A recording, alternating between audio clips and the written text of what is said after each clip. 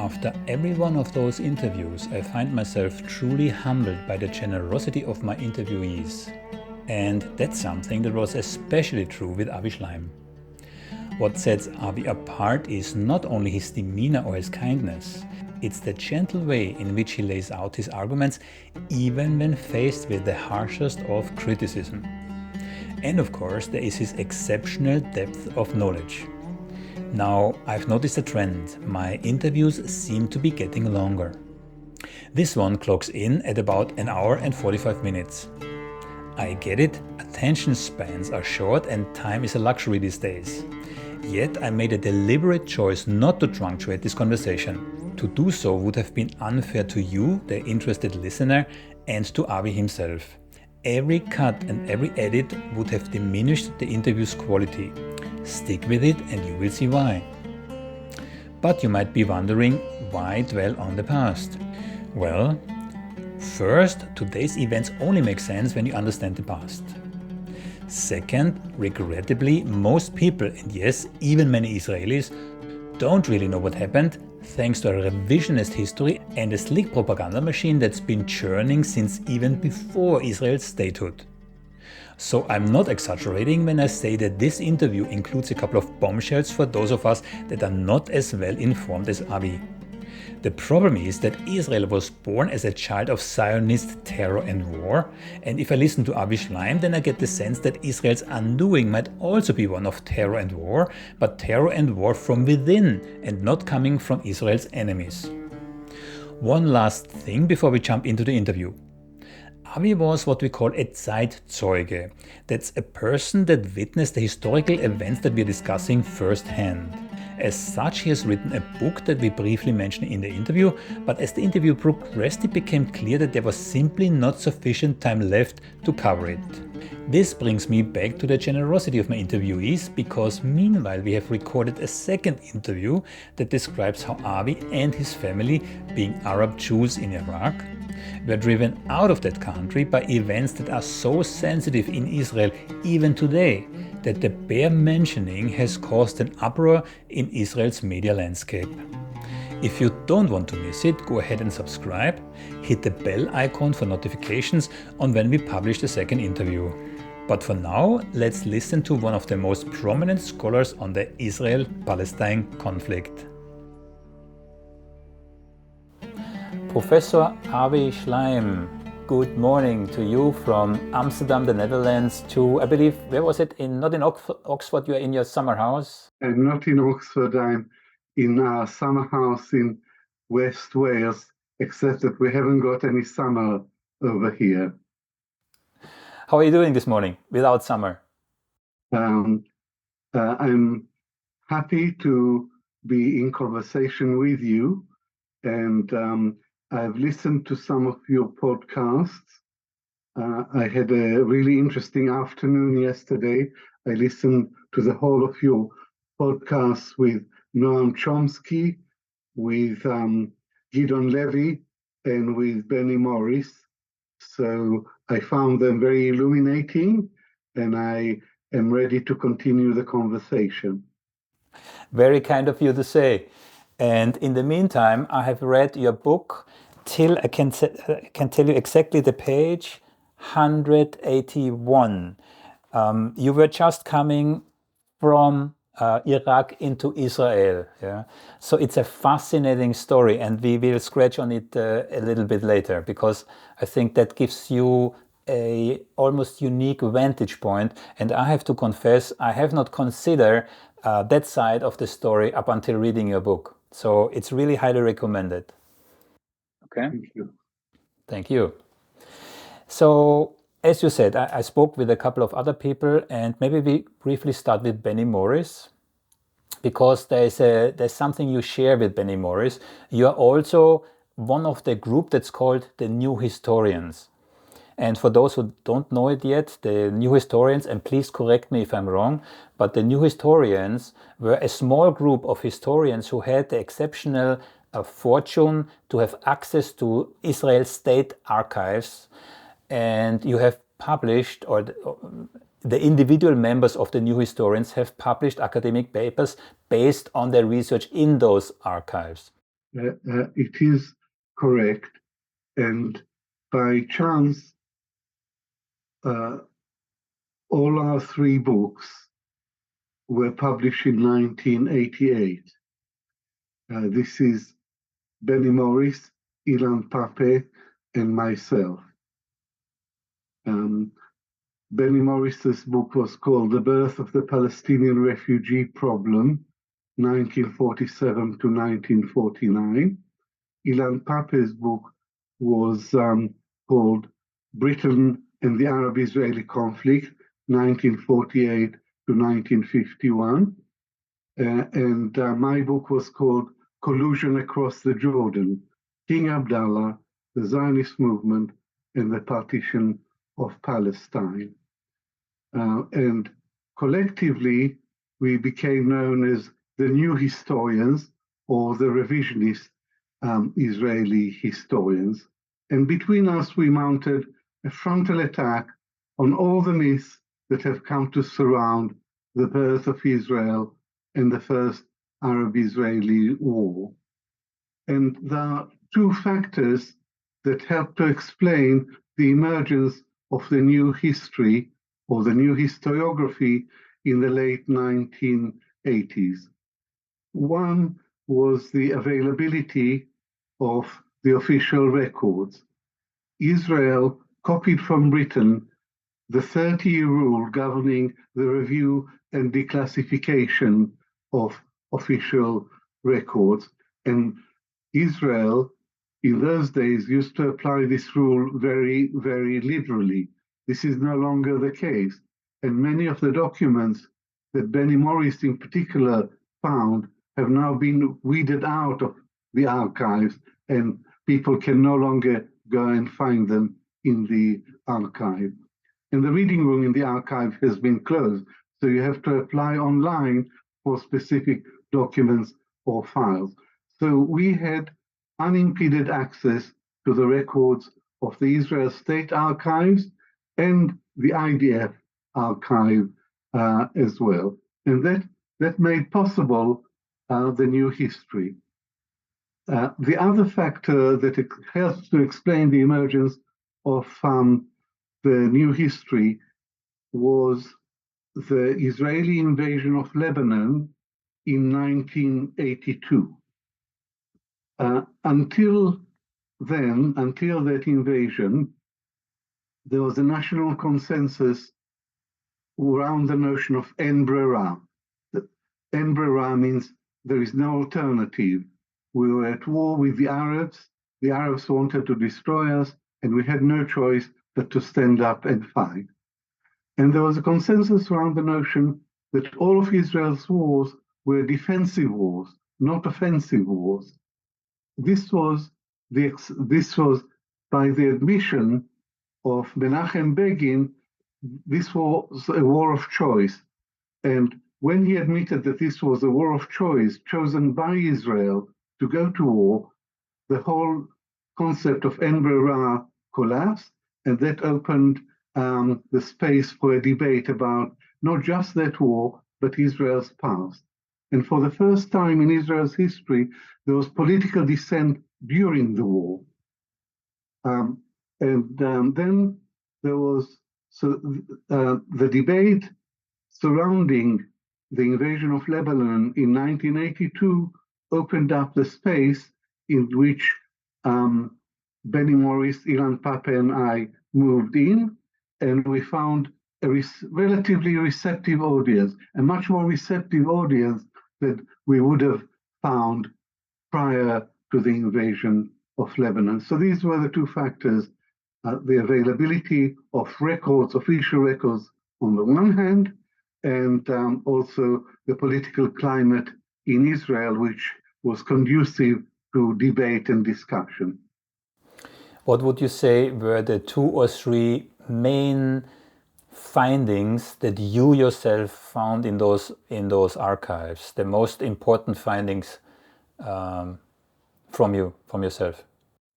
So there were a number of bones of contentions between the traditional historians and the new historians. One of them was responsibility for the Palestinian refugee problem. And here the leading expert is Benny Morris, and you discuss his findings with him in your interview with him. Another issue was the military balance in 1948. And to this, all of us contributed to challenge the notion that it was the few against the many, David against Goliath. And we can come back to these issues. And another issue was Britain's policy towards the end of the British mandate in Palestine. My two distinctive contributions were to the question of Arab war aims in 1948 and to the issue of, to the question of why was there no peace after the guns fell silent. So let us begin with Arab war aims. There was the traditional Zionist historiography said that in 1948, Israel faced not just the local Palestinian groups and militias, but the might of the entire Arab world, and that 7 Arab armies invaded, and they were united behind the aim of genocide, of throwing the Jews into the sea. So this was a genocidal war. And another aim that is sometimes singled out is added to genocide is politicide. Politicide is a made-up word. You wouldn't find it in a dictionary. What it means is to destroy a polity. So here was a new polity, the state of Israel, and the aim of the invasion was to snuff out this new political entity. And these were said to be the central aims of behind the Arab invasion.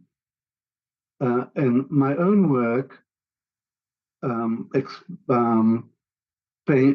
a result of my own research, I paint a very different picture of the Arab coalition facing Israel in 1948.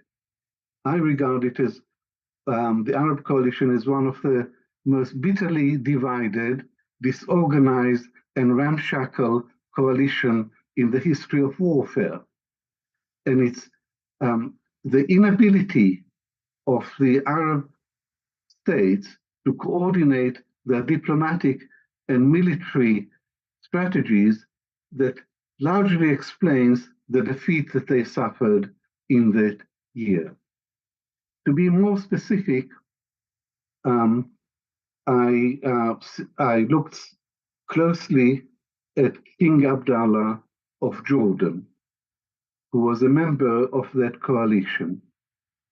And I showed that he had ever since he had become Emir of Transjordan in 1921, he had a very close relationship with the Zionist movement.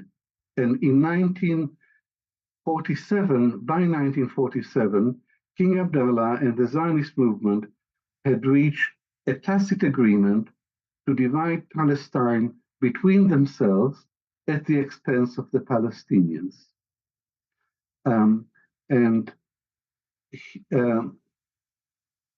So in 1948, although Abdullah was a member of the Arab coalition, he had his own agenda, or Jordan had a dynastic agenda, which is the aggrandizement of Jordan.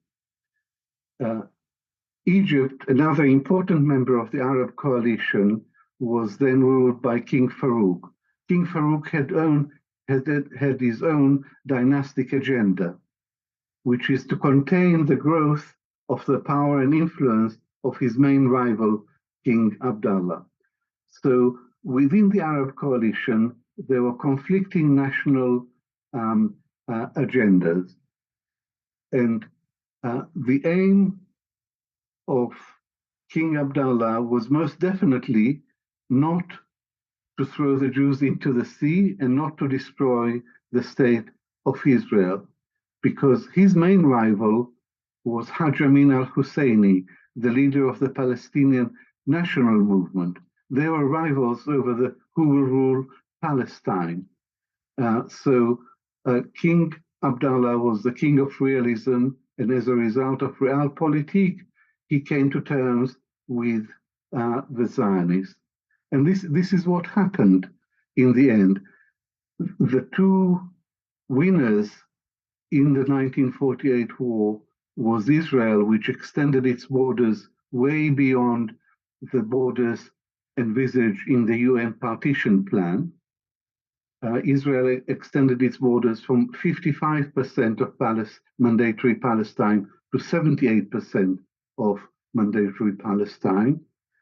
And the other winner was King Abdullah of Jordan, who conquered, who captured the West Bank, the heartland of what was intended to be the Palestinian state, and he then annexed it to his kingdom. So this is why I call my book Collusion Across the Jordan. There was collusion between one Arab party and the Zionist movement. And this leads me to extend my understanding of the Arab-Israeli conflict in the first half of the 20th century. The conventional understanding is that there is the Jews, the Zionists, then Israel on one hand, the Palestinians, the Arab nationalists, and all the Arab countries on the other hand. Whereas the way I see it is that below the surface, the real lineup was Hashemites and Zionists on one side, and the Palestinians and the Arabs on the other side. So that's a major challenge to the historiography of the conflict. This is one issue to which I've contributed. The other issue is what was British policy as the British mandate for Palestine was approaching its inglorious end on the 14th of May, 1948. And here the pioneer is Ilan Pappe. This was, his book was based on a PhD thesis that he had written at the Middle East Center at St. Anthony's College, Oxford. This was in 1984. At that time, I was at the University of Reading. I was the external examiner for Ilan Pappe's thesis. And Ilan Pappe argued that British policy towards the end of the mandate was anti-Palestinian, because the UN had decreed for the partition of Palestine into a Jewish state and a Palestinian state.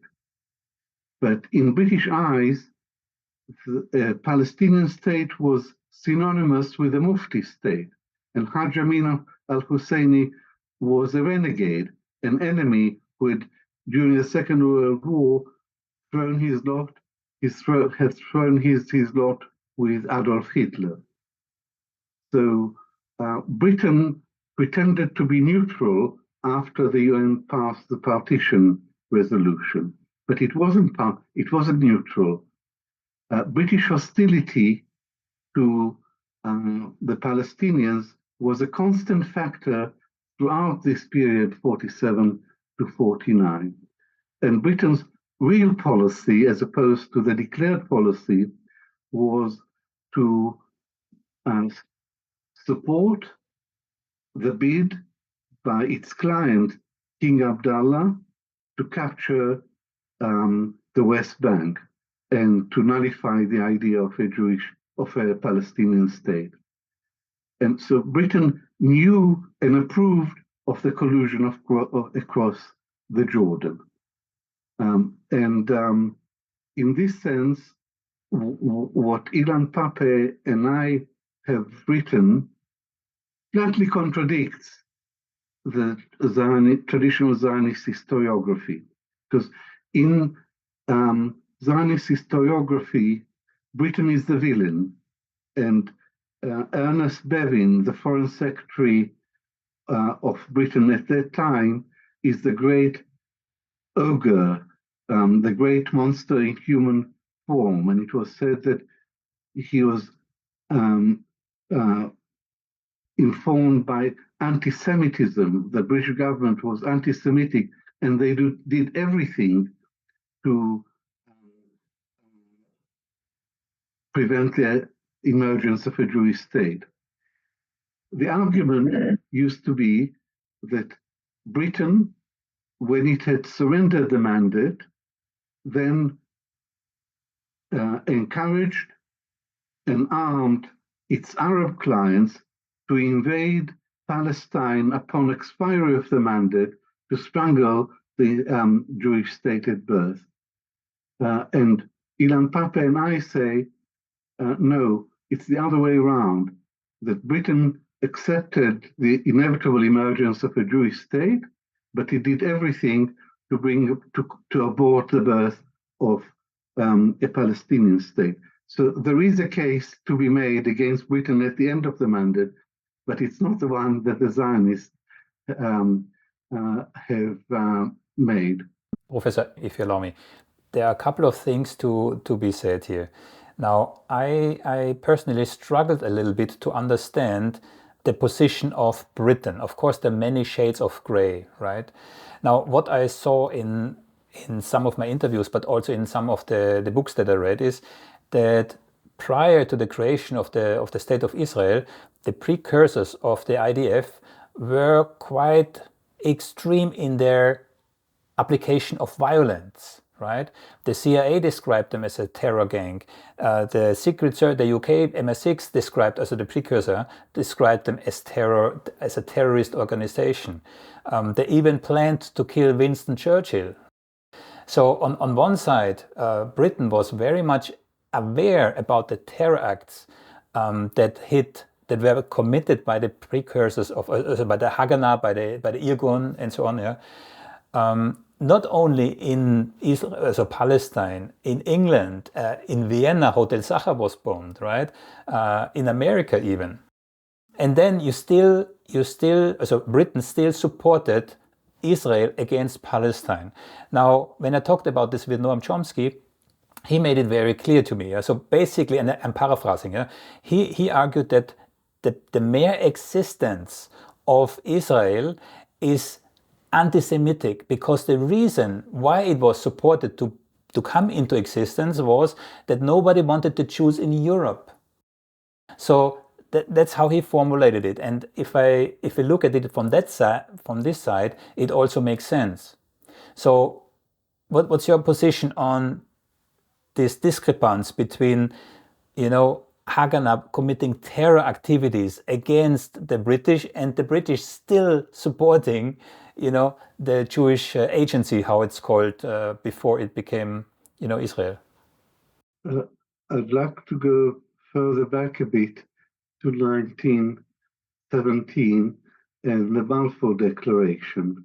And Gideon Levy said to you in your interview that without Britain, there would have been no Zionism, there would have been no state of Israel.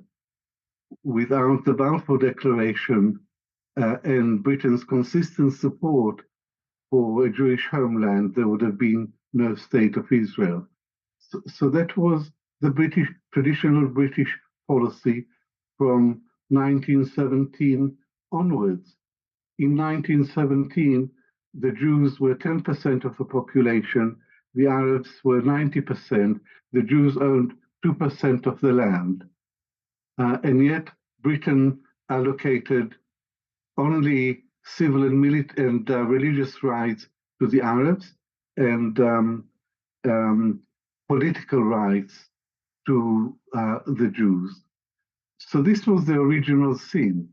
And this made possible the emergence of the Zionist movement and the successes of the Zionist movement in the interwar period. And when the Arab Revolt broke out in 1936, it was the British Army which crushed the Arab Revolt with the utmost brutality. But in retrospect, the Balfour Declaration and this policy was a mistake because it didn't serve British interest. The support for the Zionists alienated the entire Arab and Islamic movement. And by 1939, with the approach of the Second World War, Britain realized the errors of its earlier policy and therefore changed its policy, retreated from the mandate in order to improve its relations with the Arab states, because it needed them as allies in the coming war against Nazi Germany. But in the aftermath of the war, Britain was unable to come up with any solution. And in the aftermath of the Holocaust, a new kind of Zionism, fighting Zionism, emerged, and a determination to proceed towards statehood by diplomacy if possible, but by force if necessary. And there wasn't just the Haganah, which was the official paramilitary organization which had been trained and armed by Britain and now turned against Britain, but there was the Irgun headed by Menachem Begin, and there was the Stern Gang headed by Yitzhak Shamir, and there were terrorist organizations. The Stern Gang called itself a terrorist organization, and these two leaders later became prime ministers of the State of Israel. And there was now all the paramilitary organizations, this is after 1945, in the Haganah, the Irgun, and the Stern Gang turned against Britain and conducted a campaign of terror, the high point of which, the most famous episode on which was the blowing up of the King David Hotel in Jerusalem in 1946, which was the headquarters of the British forces in Palestine. So by the end, after the Second World War, Britain completely fell out with its previous proteges. If we, for a moment, try to span a bridge between the past and the present, and I think a good way doing this is to talk about the two-state solution, which is still peddled today as viable, right? Now, I saw a letter from Ben-Gurion to his brother where he wrote that he accepts the partition of Palestine, meaning the two-state solution, only as a means to achieve statehood, and from there then to continue fighting till all of historical Israel, the great Israel, was under Israeli control. Right? We have similar statements throughout the decades from various Israeli leaders. The last one now is Smotrich, of course. I'm hesitating even. I mean, de facto he's a member of the Israeli government, but this must be an aberration. But that's a different topic. Yeah? So from the very beginning, Israeli leaders throughout the decades were never really behind the two-state solution. It's still being peddled today as a viable. Yeah. Now, Noam Chomsky told me about a third solution. So there's the one state. Yeah, there's the two-state solution, and the third solution, what Noam Chomsky fears, is an entrenchment of the current situation. And you saw my analysis of Lex Friedman's interview with Benjamin Netanyahu, where Netanyahu actually describes he says we need, how did he say this? Creating tunnels, overways. We separate the Israelis from the Palestinians by transport. So, and he says at the end, we're actually doing it, and it actually works. Yeah, of course, for Israelis, not Palestinians. So the third solution is what's happening today, and apparently the current government too want to entrench in that situation. So when we come back to the two-state solution that's being how shall I say this? This is a kind of a fig leaf. Yeah, I don't know if that's the right word. Yeah. So what's your view? Was there ever from anybody a real intent to seriously implement the two-state solution? Let me start with the letter that David Ben-Gurion wrote, not to his brother, but to his son Amos in 1937. This is after the Peel Commission of Inquiry for the first time proposed the partition of Palestine, with a tiny Jewish state and a large Arab state.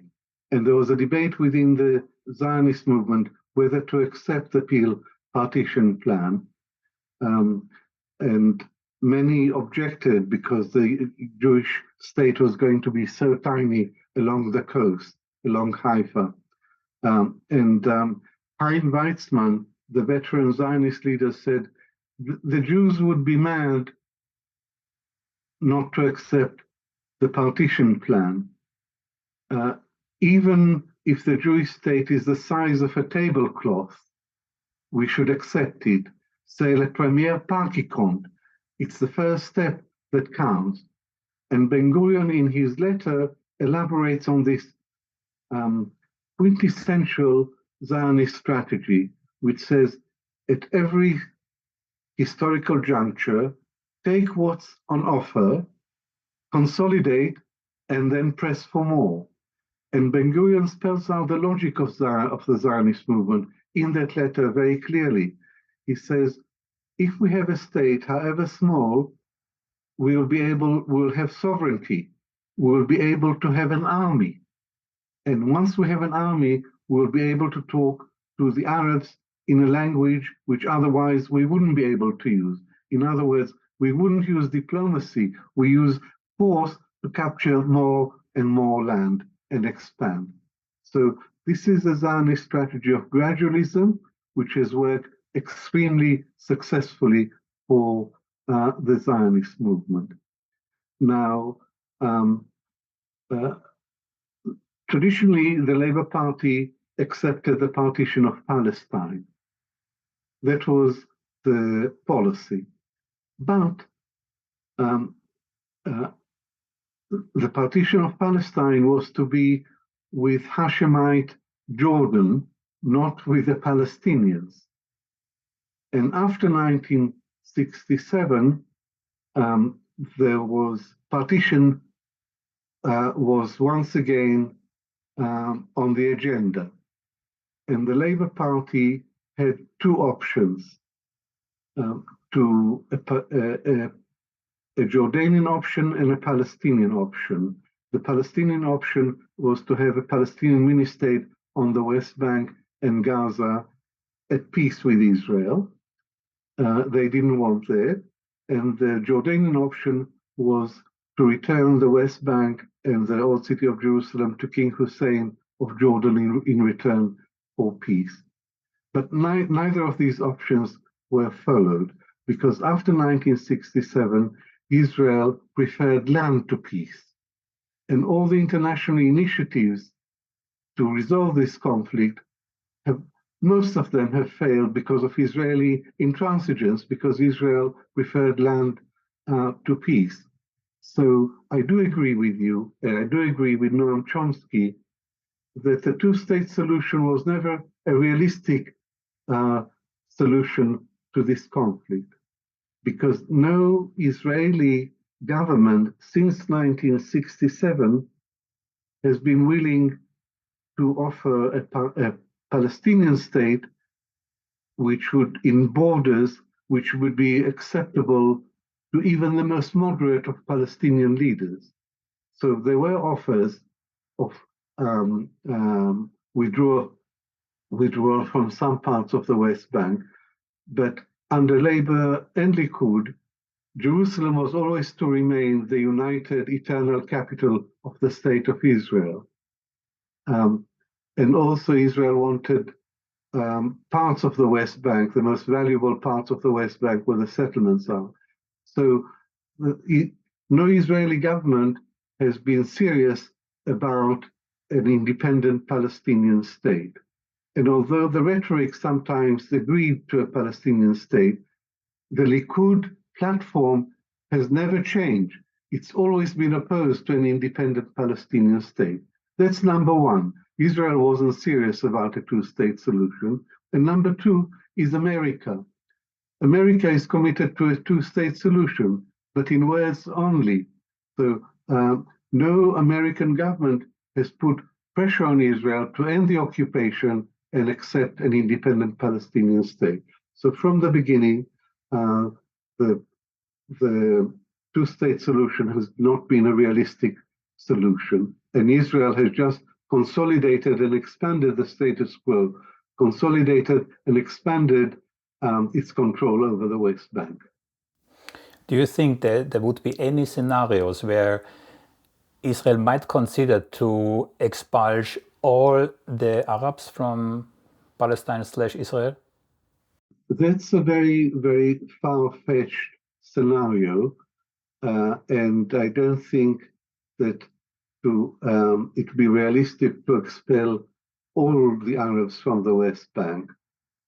But there are degrees in which this scenario can be realized, and we are witnessing under the present government headed by Benjamin Netanyahu, we can see the beginning of a process of squeezing out the Palestinians, of deliberate government policy to make life for the Palestinians on the West Bank as uncomfortable and as difficult as possible in order to push them out. And also what we are witnessing under the present government is an alarming escalation of settler violence against the Palestinians. So the Palestinians are left completely defenseless. Israel has the police, the border police, the IDF, and the settlers who are armed, all pitted against the Palestinians. What is clear now is that the government is encouraging the settler violence, and the government tells the army and the security forces not to protect the Palestinians, the victims of this aggression. And also, the settlers now are not just a very powerful political force in Israeli society and in Israeli politics, but also there are many settlers who are in the army, in the higher echelons, in the officer corps. There is quite a significant number of settlers. So the trend in Israel is towards pushing the Palestinians out, but I cannot envisage in the foreseeable future another Nakba like 1948. There are some really disturbing videos on the social media. Yeah? I saw now that Israeli is pouring concrete in water wells in the occupied territories. You mentioned the settler violence. Yeah? I know we cannot compare what's happening today in Israel with the Holocaust. Yeah? But if I watch those images that we are seeing today, they remind me eerily on the pogroms, of the images of the pogroms in Germany during, before and after the Second World War, right? Hordes of, we call them settlers. So they have automatic weapons. They have most of them were in the army. They're fully trained. They are supported and protected by the army. And they belong, and now we scratch on this topic about the Ashkenazi Ashkenazi Jews and the Sephardic Jews, right? So I had a couple of enlightening discussions, as you already mentioned.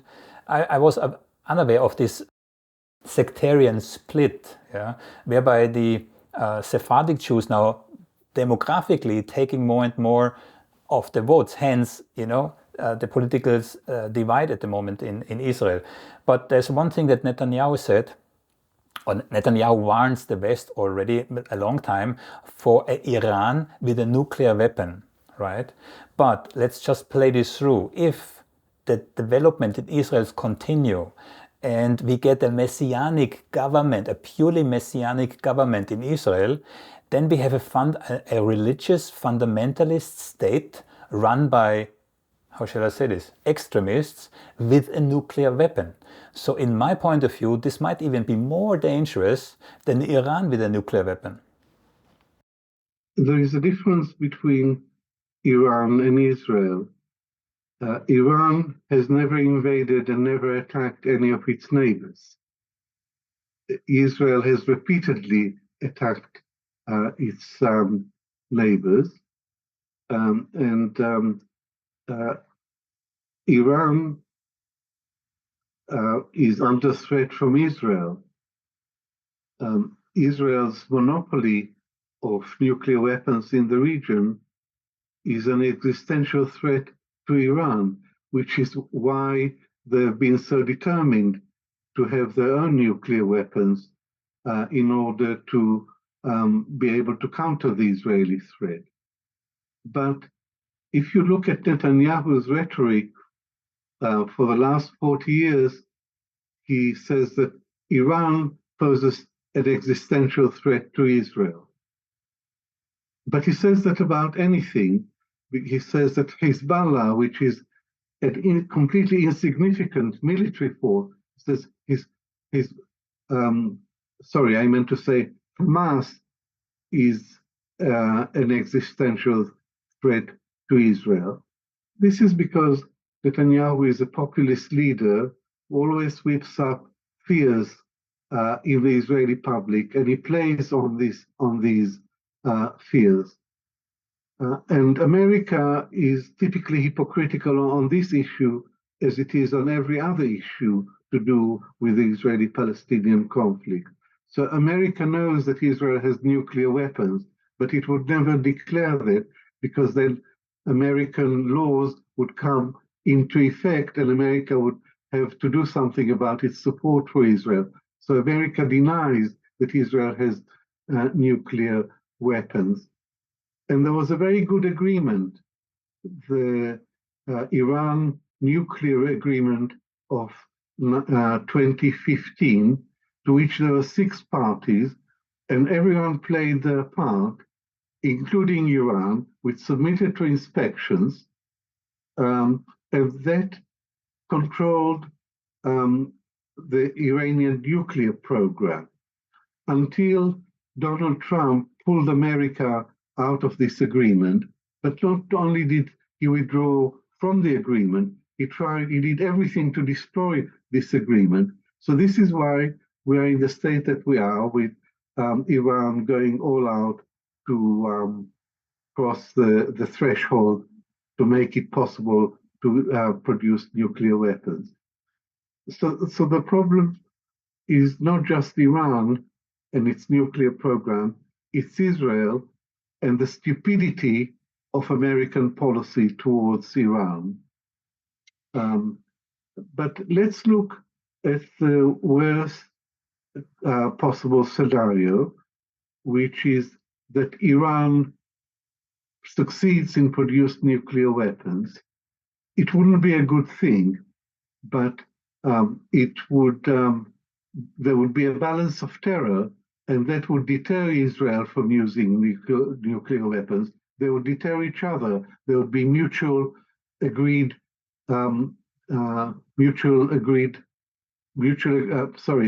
Destruction. It'd be a complete destruction and annihilation for both sides if they use nuclear weapons. That's not a good solution. But Iran isn't responsible for this state of affairs. Israel is responsible because Israel has got nuclear weapons, and America is doing nothing to curb Israel's monopoly of nuclear weapons. And as Noam Chomsky said to you, the whole of the Arab world and the global South would support a nuclear-free zone in the Middle East. That's the real solution to the problem. That would bring real security and stability for everybody in the Middle East. But neither Israel nor America are ready for this solution. I have another concern, if you allow me. If we look ahead in the future, and maybe not even in the far future, where we have a government in Israel for which Netanyahu is not radical enough. So the demographic changes, the hold of the fundamentalists in the Israeli government is expanding. Netanyahu is no longer prime minister. We have a prime minister in Israel who is much more radical. What I call a messianic government. I know I tried it before, yeah, but is that not? So first of all, is that in the realms of possibility? Could we have a government which might be much more radical than even Netanyahu in this right-wing government is right now? And assuming that Iran still does not have a nuclear weapon then, yeah, do you think there is a risk that Israel attacks Iran with a nuclear weapon? I don't think that this is a realistic prospect because it's premised on Israel having a more extreme government, a more messianic government that it does now. But let's look at this government. It's extreme enough, and it's messianic. And there have been many elections in Israel's history since at least in the last 20 years.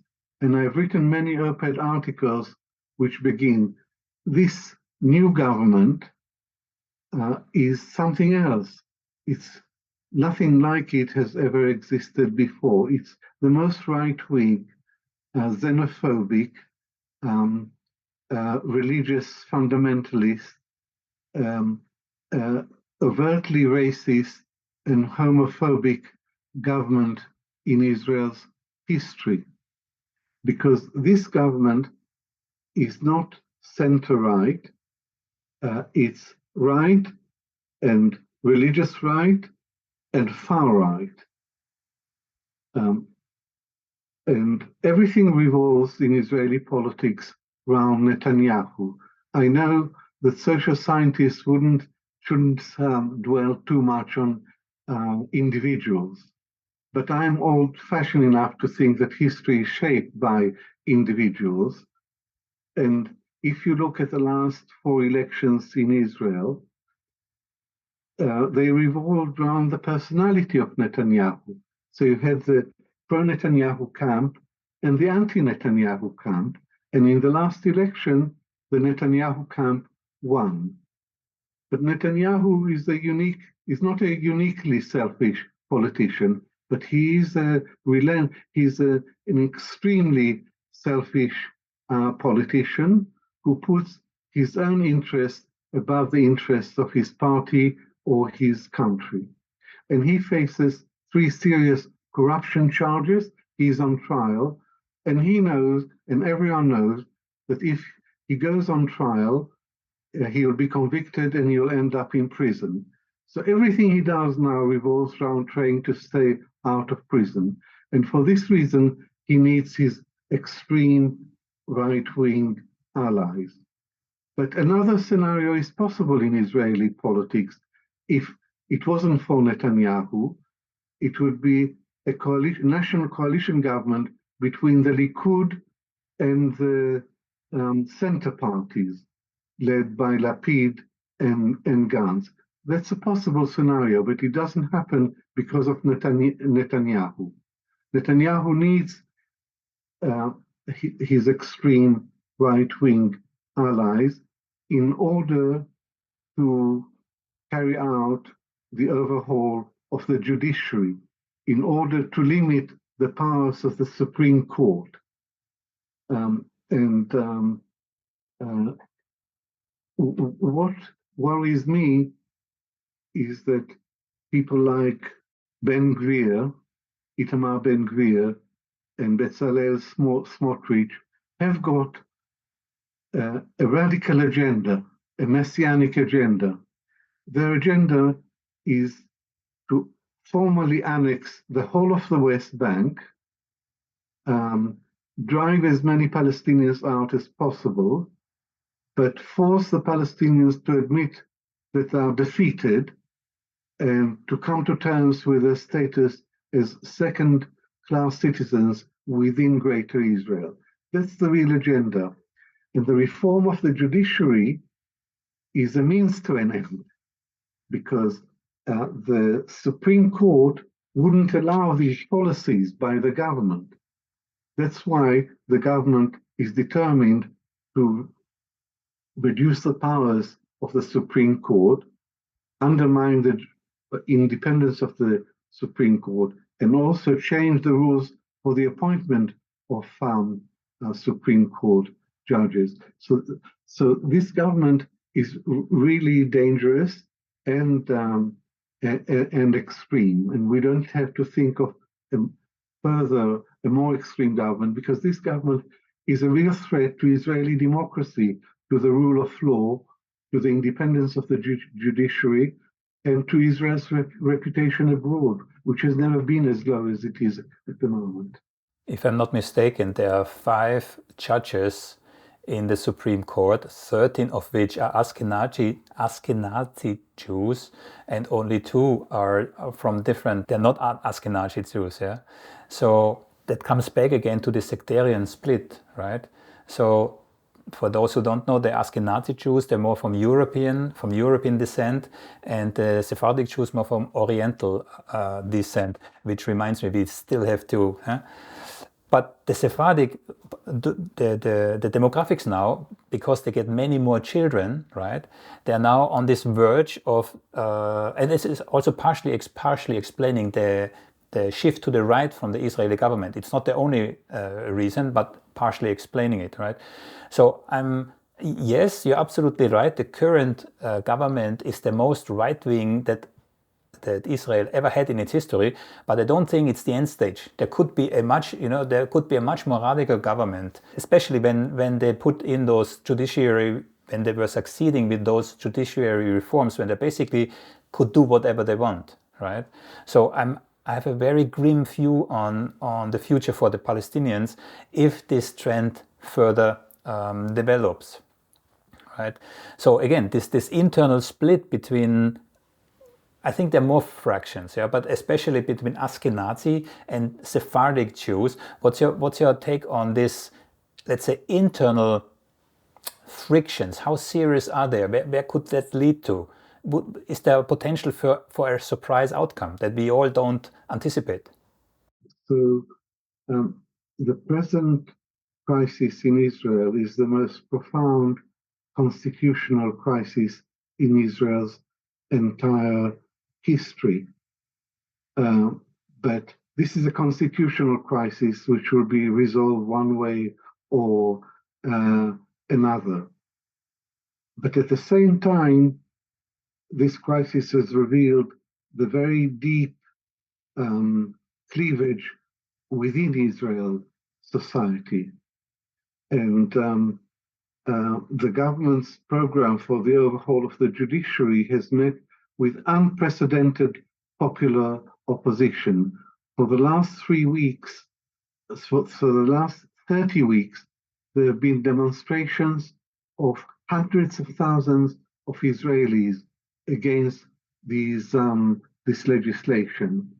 And not only demonstrations in the streets, but also pilots on reserve duty, reservists in the army say they would not turn up to duty. They're volunteers. Pilots don't have, they're volunteers. They said they wouldn't turn up to duty if the reforms are pushed through by the government. So we see the really deep division inside Israeli society. Now, let me make a separate point, which is a related point. These protests, massive as they only relate to Jewish democracy, Jewish rights, and a Jewish stake in the independence of the judiciary. The protests are not about this government's treatment of the Palestinians, the oppression of the Palestinians, the violence. The government encourage violence against the Palestinians. And it should be. And if the protests were about both the domestic politics and the politics of the government towards the Palestinians, the Palestinian Israelis would join in the protest. But at the moment, they feel that this is not their battle, that this is a battle between right-wing Jews and left-wing, or right-wing Jews and democratic Jews. It's not their battle. And I would like to see the protest movement also address the policies of the government towards the Palestinians. But it isn't at the moment. And who knows what is going to happen. But I think that very serious rifts could, that the rift could increase further, and that it could end with an implosion, with Israel imploding from within, ending with civil war inside Israel. And we have seen signs of that in the what was called the Unity Intifada, the Intifada, the last Intifada, which involved not only Palestinians on the West Bank, but for the first time, protests by Palestinian citizens of the State of Israel and clashes between Jews and Arabs inside Israel. So I think we are on the verge of an implosion of Israeli society. You said a couple of very interesting things. So first of all, there is an almost iconic video on social media where you have all those blue-white flags, tens of thousands, and then there's one lady holding a poster from this 2-year-old child which was killed by a headshot from Israeli snipers, and she tries to uphold this photograph, and she is attacked from everywhere around. Yeah?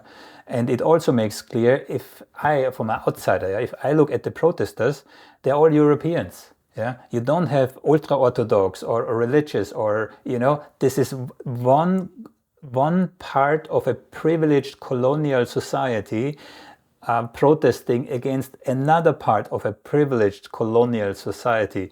It has nothing to do whatsoever with the Palestinians. Yeah, but where I want to come with this is, again, the question was before: could there be a scenario where Israel, partially or in whole, expulses all the Arabs? And you just said the Israeli Arabs, right?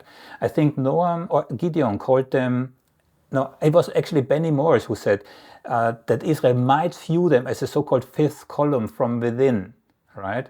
So if the scenario that you just described would occur, what would be the potential response from Israel? Israel calls them Israeli Arabs, but they don't like this term.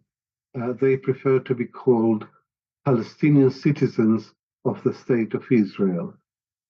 And I would state very categorically that they have never been a fifth column inside Israel.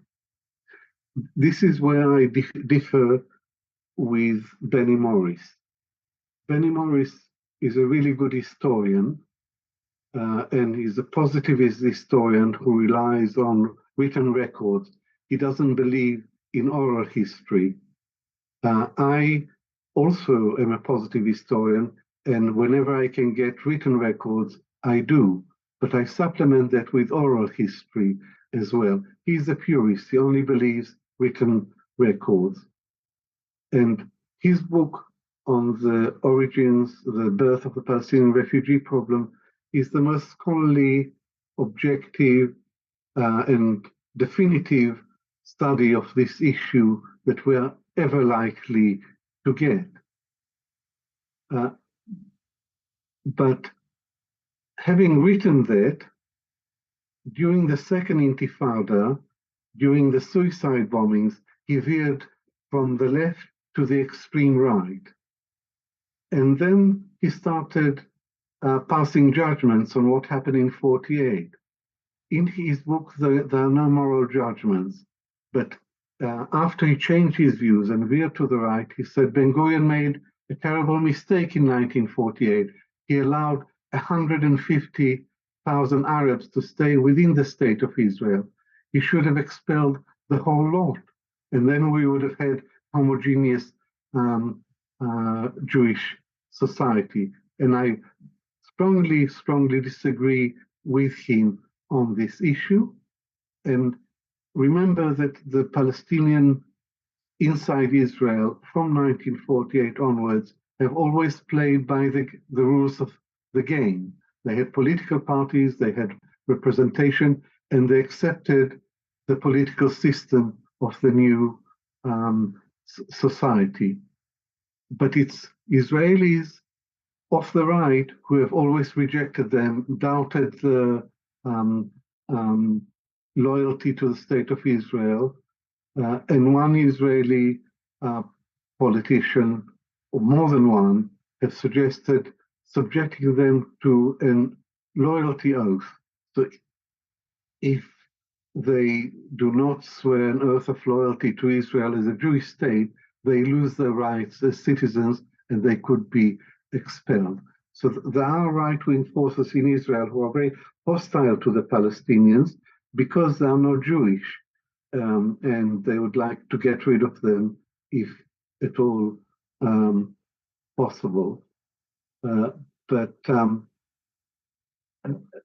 I really want to stress that the fault doesn't lie with the Palestinian citizens of Israel, but with the Israeli society and with Israeli governments, and not only right-wing governments, but also the government of Yitzhak Rabin, who wanted a Jewish majority for the Oslo Accords, which didn't include the Arabs. One last point is that after 1948, after the establishment of the State of Israel, the Palestinians in Israel were kept under military government, completely restricted by military government until 1966, until Eshkol ended the military government as prime minister in 19. So in the period 48 to 1967, there were only 6 months in which the Palestinians in Israel were free from military government and discrimination. Professor, if you allow me, I would like to come back one moment still to Netanyahu. Now, you just said it yourself, he faces corruption charges. Some of the left, or maybe all of those, I have another question, remind me, yeah? Some of those, or all of those demonstrators fear that he becomes a dictator, right? Now, in my analysis from Lex Friedman's interview with Netanyahu, I found 2 distinct areas where his speech, I'm analyzing as a linguist, right? So I found 2 distinct speech patterns specifically on those 2 topics, which he has not shown anywhere else. It was really interesting. There was a lot of distancing involved here.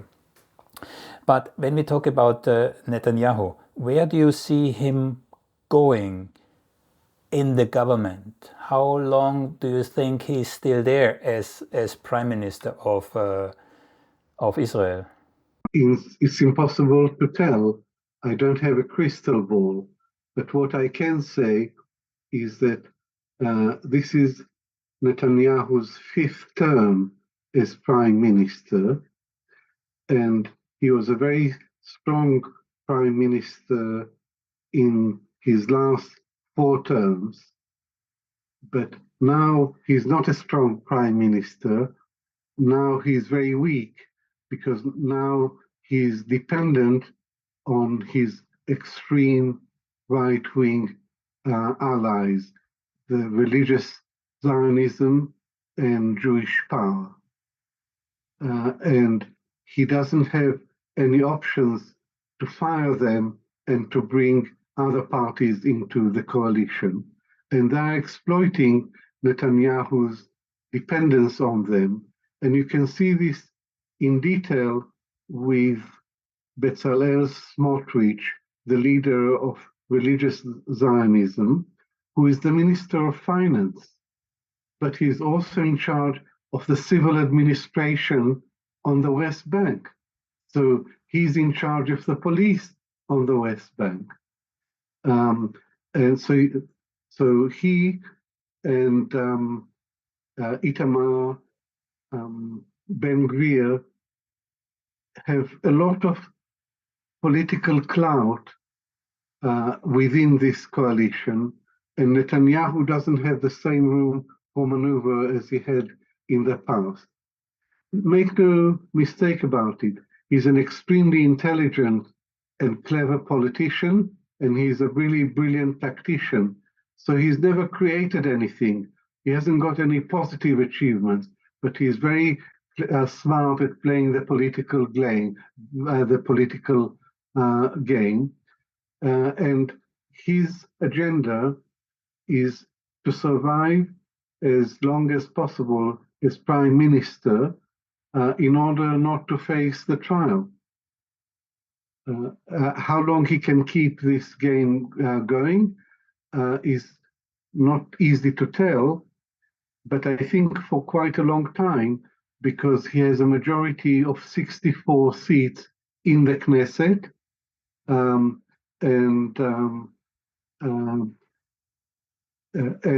he is likely to continue to push the judicial reform despite the protests. And he has won the first round. He's already passed the law which says that the reasonableness criterion said that the Supreme Court can strike down any policy of the government which they deem as unreasonable. So, for example, ethnic cleansing, the Supreme Court can say this is unreasonable and strike it down.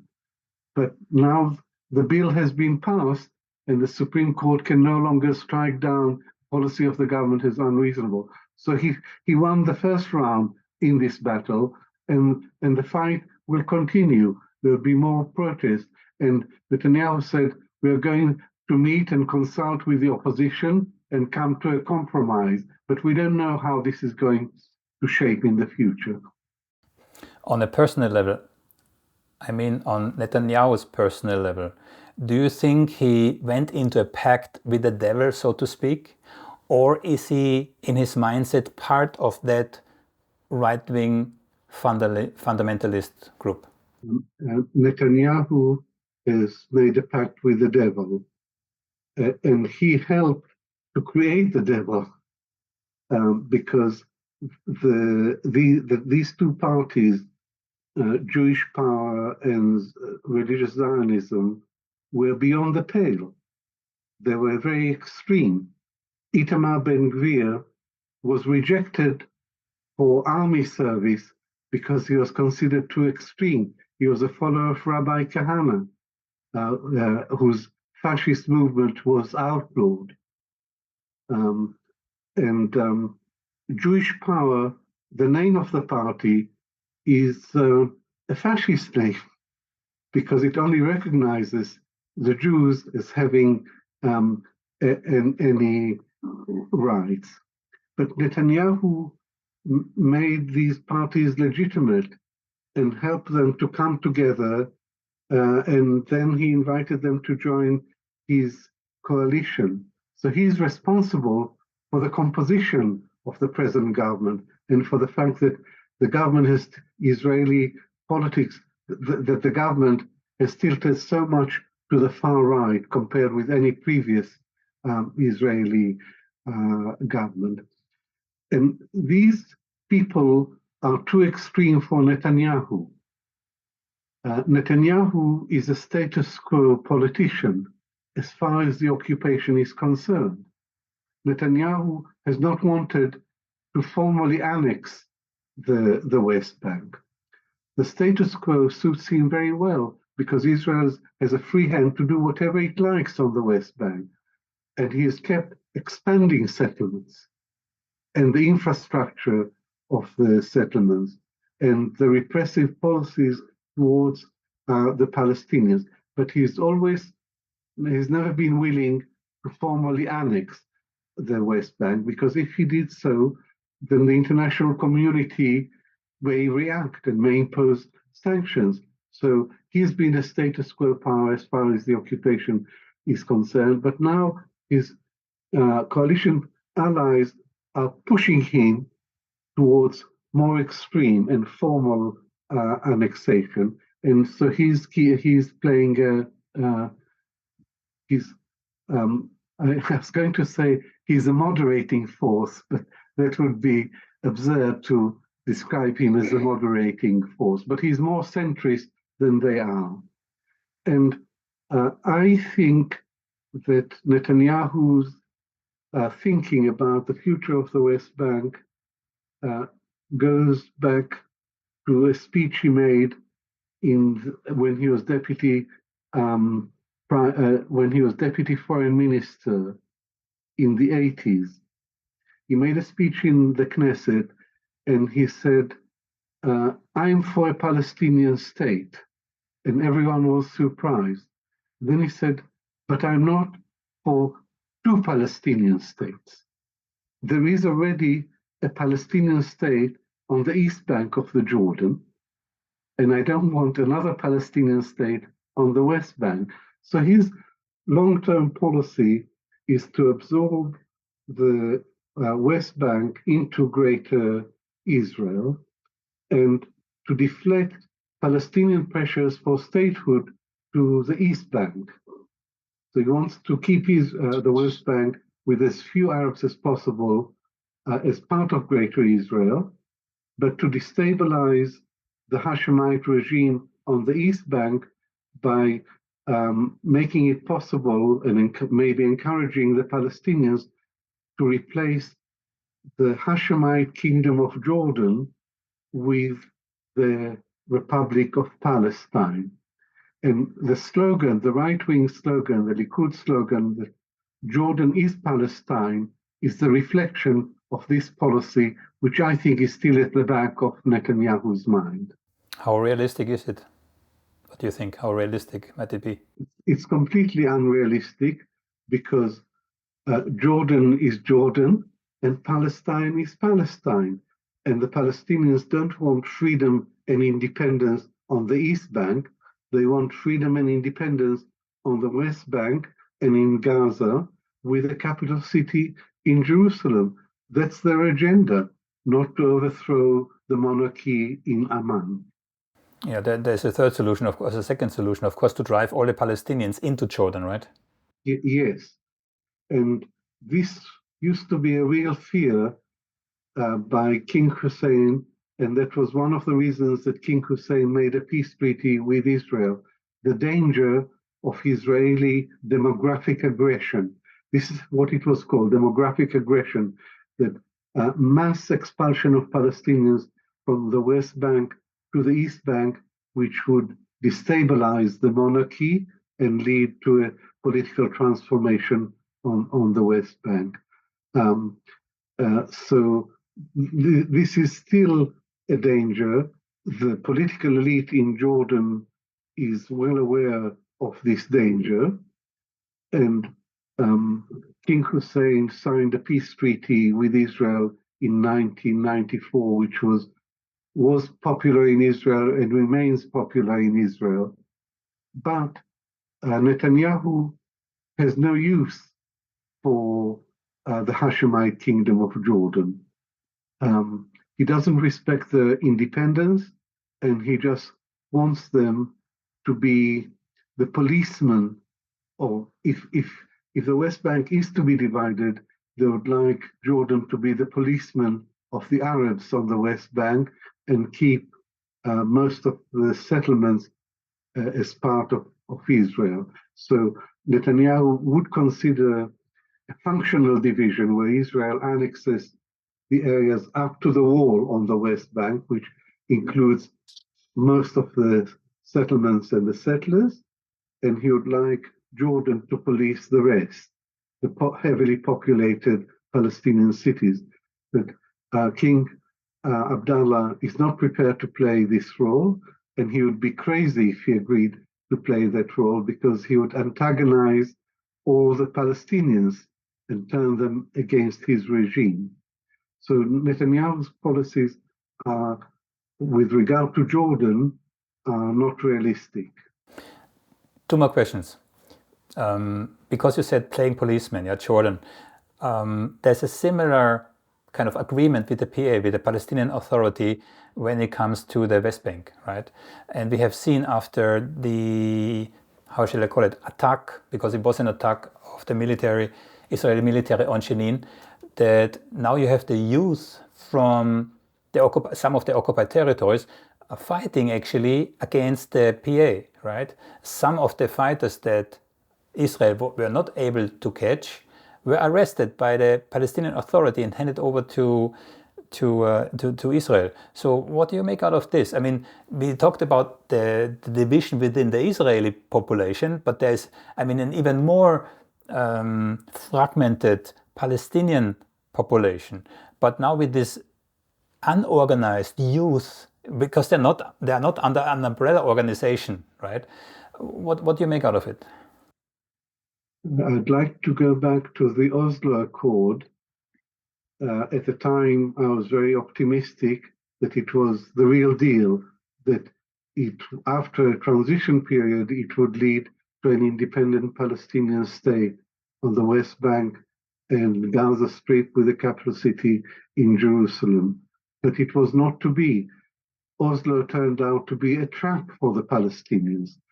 They thought that in return for giving up their claim to 78% of mandatory Palestine, they will eventually get an independent state on the remaining 22%.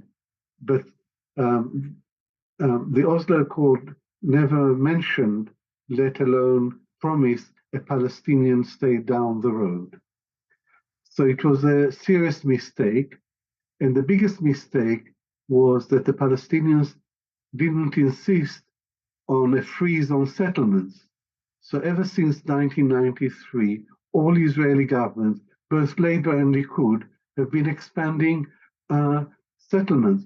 So the scope for an independent Palestinian state or a viable state has been contracting all the time. And today, it's not at all feasible to have a viable Palestinian state. Israel has destroyed the two-state option. There is another problem on the Palestinian side, and that is that the Palestinian Authority lacks legitimacy. It was elected in the past, but the last election was in January 2006, when Hamas won an absolute majority, and that Hamas was driven out of power, and now there is a split with Hamas ruling the Gaza Strip and the Palestinian Authority ruling Gaza. But the Palestinian Authority has no legitimacy because there have been no elections. And it's worse than that, because the Palestinian Authority is incompetent and inefficient and corrupt. And furthermore, it is perceived, and for good reason, as a collaborationist regime. Israel wants the Palestinian Authority to be an instrument, a subcontractor for Israeli security on the West Bank. And sadly, this is precisely the role that the Palestinian Authority fulfills today. It's a subcontractor for Israeli security on the West Bank. It polices the West Bank on behalf of Israel. There is security cooperation between the Palestinian Authority and the Israelis. Israel doesn't respect the authority of the Palestinian government, even in Area A or Area B. Area A is meant to be where there is exclusive Palestinian civil and security control. Even in Area A, around Ramallah, Israel doesn't respect the writ of the government. Israeli forces, Israeli soldiers go in the middle of the night to Ramallah and arrest people and abduct them and take them to Israel. They also arrest children in the middle of the night in breach of all international law, humanitarian law to protect children. That's a particularly upsetting and disturbing aspect of a comprehensively brutal occupation.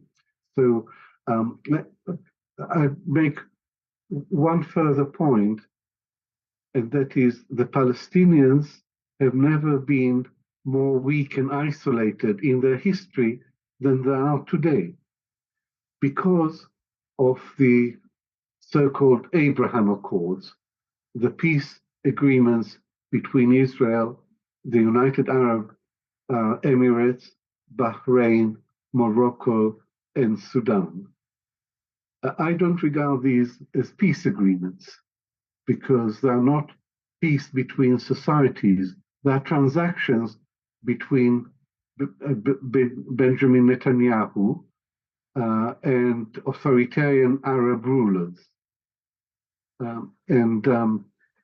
There used to be a common Arab position on the Palestinian issue, and it was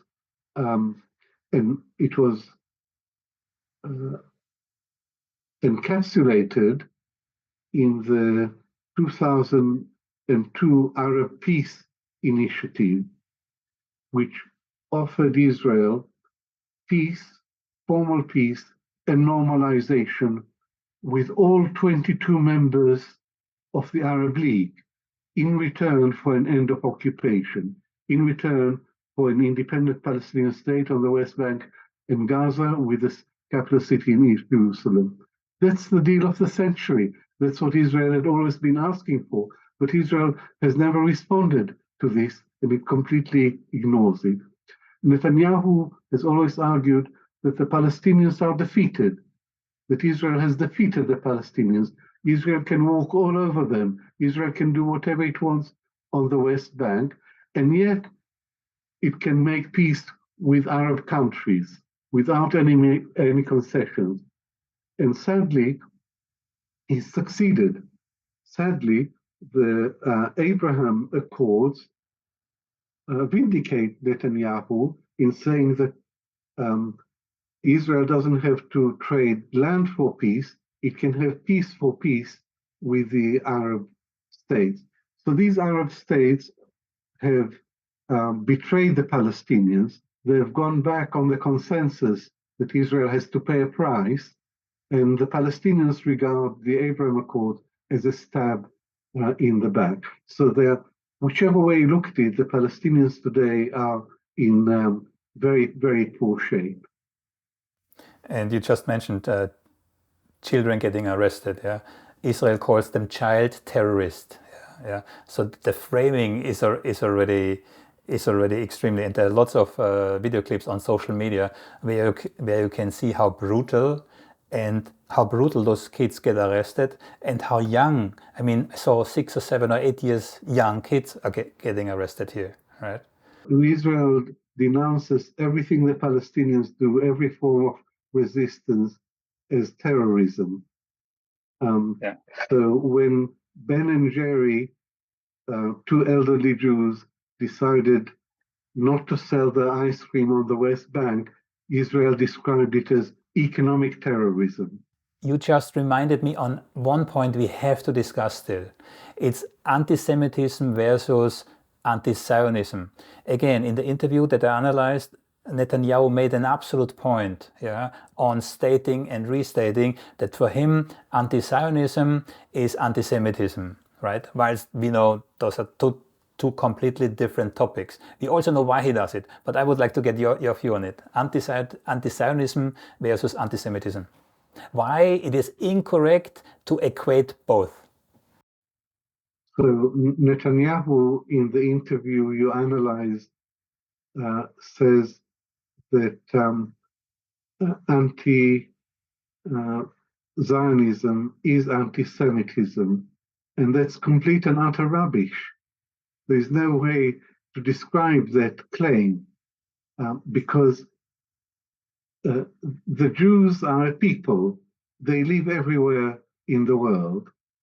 Israel is a political entity, a sovereign entity. It's a state in a geographically defined area.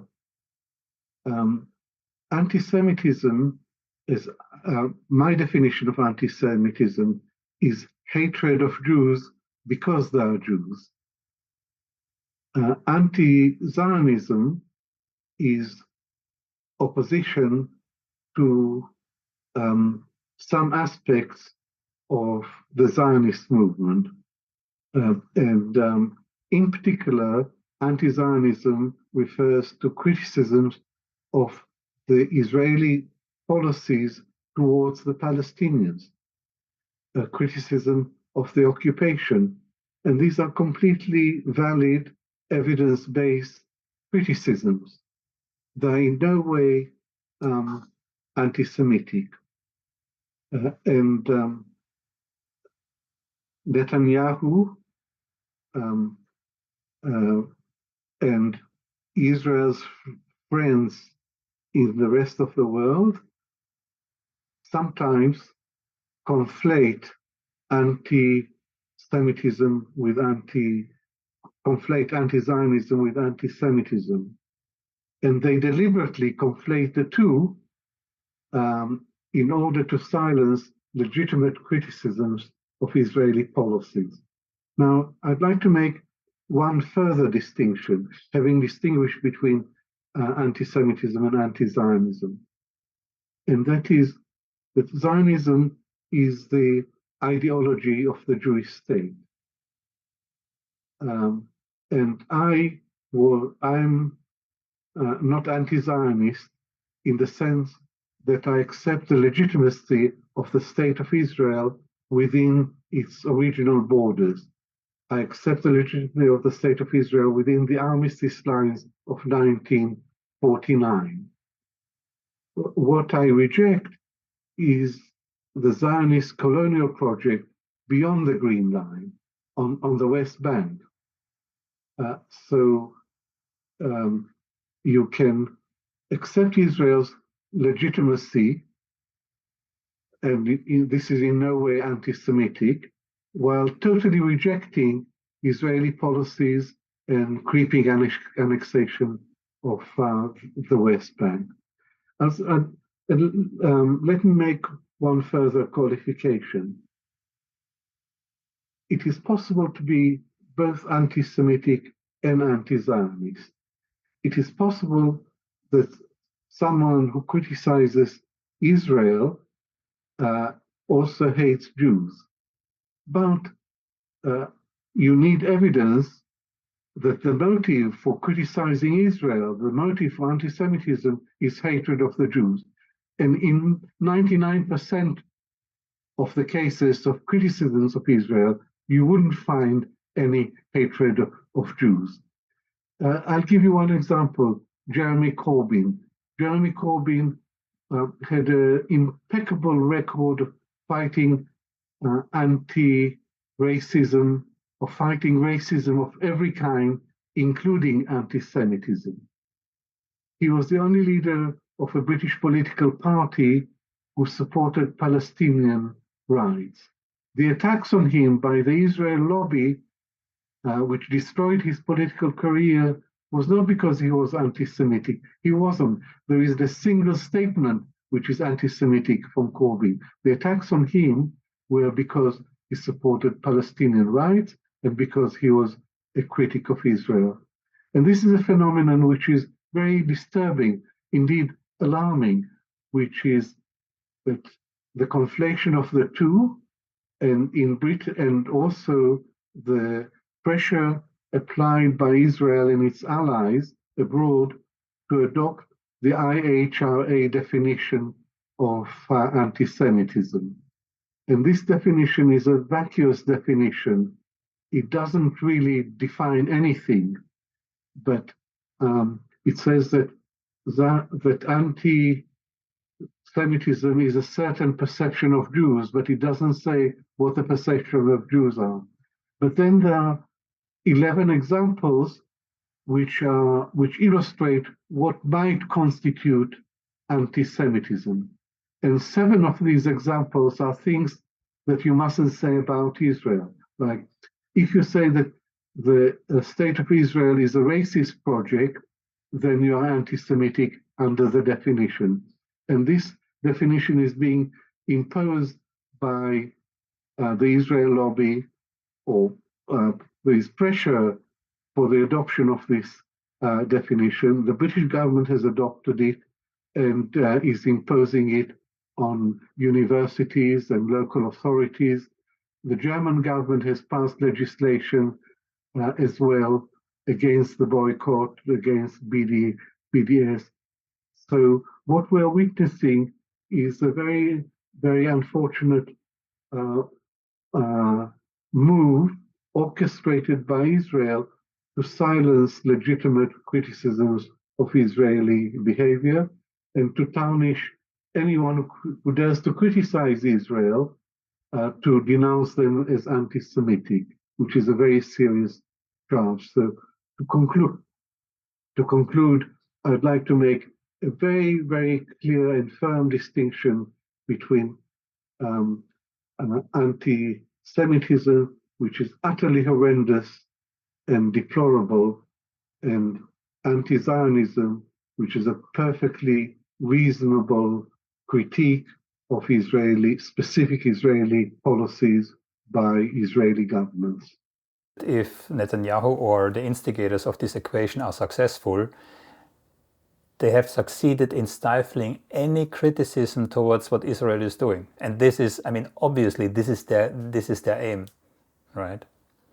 Professor Avi Shlaim, I have one last question. You are living in the UK. What's your sentiment in regards to the overall atmosphere in the UK towards the, let's say, Israel-Palestine conflict? By the way, did you notice Netanyahu calls it the Palestine-Israel conflict? Yeah. So what's the overall sentiment in the UK? Is there a shift in perception? How is it as far as you can tell? In the UK, there is a complete disconnect between the government and the public. The government remains almost blindly pro-Israeli, and the public is overwhelmingly and increasingly supportive of the Palestinians. And this is manifested in the growth of local branches of the Palestine Solidarity Campaign. They are all over the country.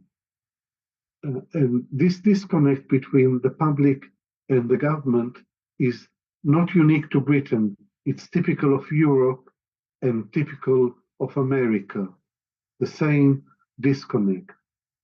In 12 European parliaments have recognized Palestine, but only one government, the Swedish government, has recognized Palestine. Sorry, you said 12 recognized or 11 recognized Palestine. What you mean is they recognized Israel? No, 12 European parliaments recognized Palestine as a state. Okay. And about 2/3 of the members of the United Nations recognize Palestine as a state. And Palestine is a non-member state of the United Nations. But Western governments remain completely supportive of Israel and tolerant of Israeli habitual violations of international law and international humanitarian law, and defiance of UN resolutions. Israel is in defiance of, by one account, 62 UN resolutions. UN resolutions critical of Israel are like water off a duck's back. Israel takes absolutely no notice of these critical resolutions. Now, the British government is an extreme case of this total indifference to Palestinian rights, complete denial of the part that Britain has played from the Balfour Declaration onwards in the loss of Palestine for the Palestinians.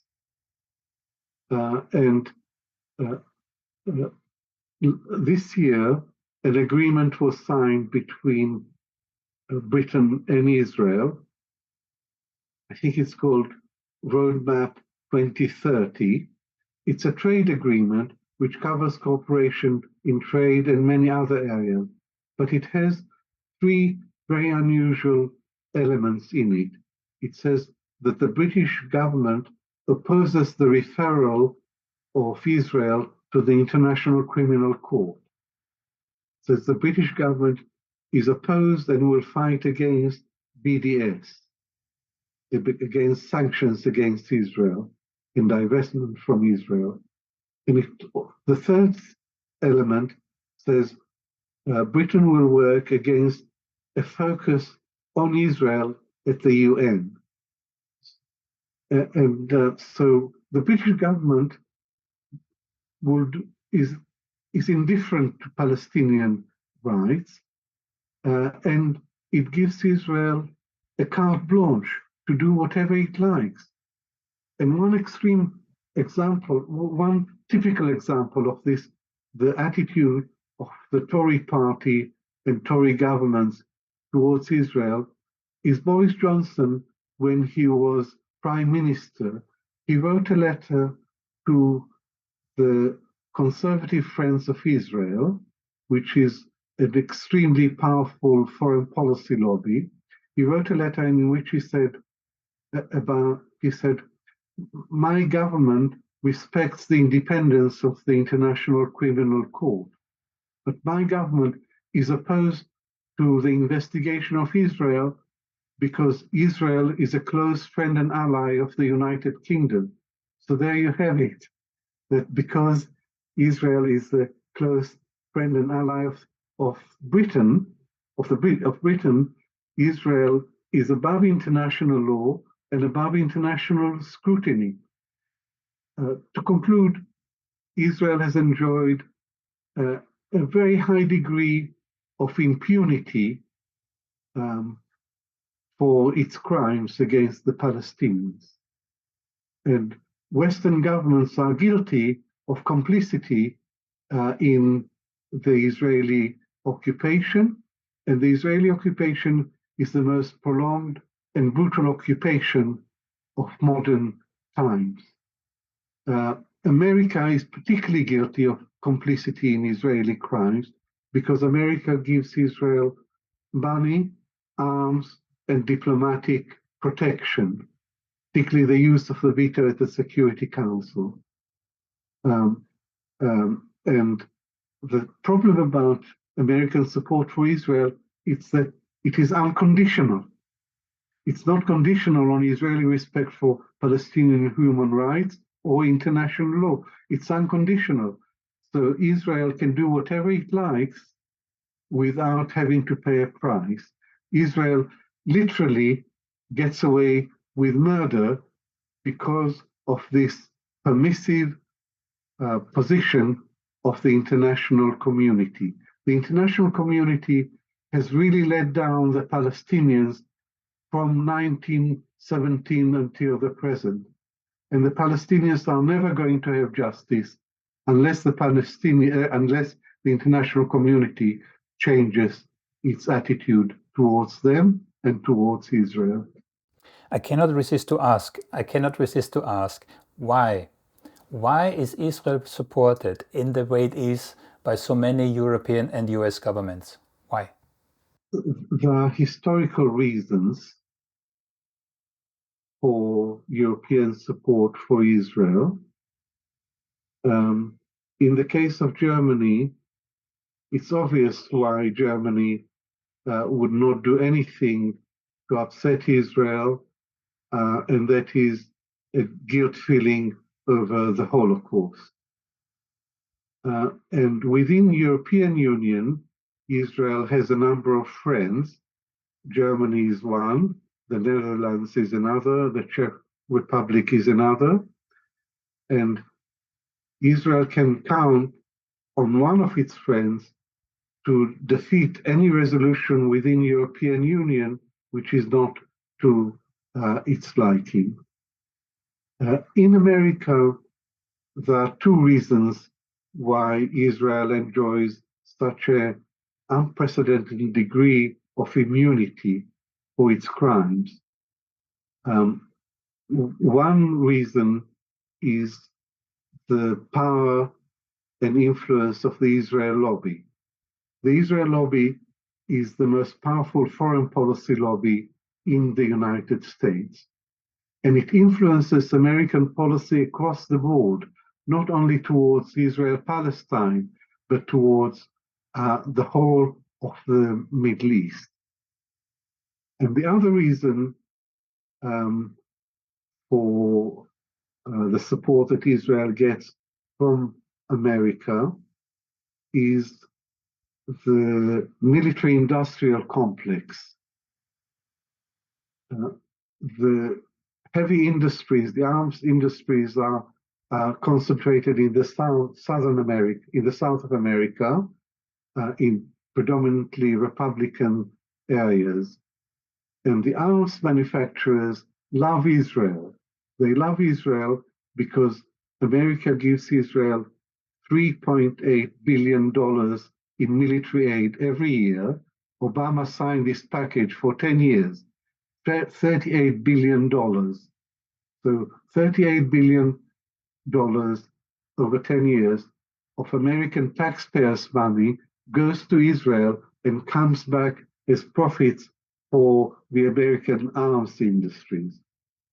Now, in your discussion with Noam Chomsky, he said to you that he doesn't agree with Mearsheimer and Wald in their book, The Israel Lobby in American Foreign Policy. They say they are realist students of international relations. They see that American policy towards the Middle East doesn't serve the American national interest. They ask, why is that so? And the answer is that the Israel lobby distorts American policy, makes American policy in the Middle East serve Israeli interests rather than American interests.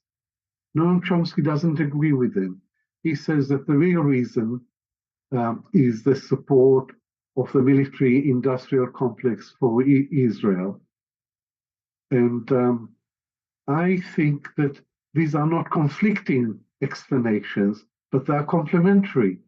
So the reason why America supports Israel so uncritically and to such a huge extent is both because the Israel lobby is so influential and because there are vested interests, material interests in supporting Israel and giving our military aid to Israel. And thirdly, there is the power, there is the Christian Zionist community. There are about 60 million of them, and they would oppose any move by an American president to punish Israel. So the Jews in America are very small in numbers, but influential in other ways, whereas the evangelicals are huge in numbers, and they also have a lot of money, and they are completely, they have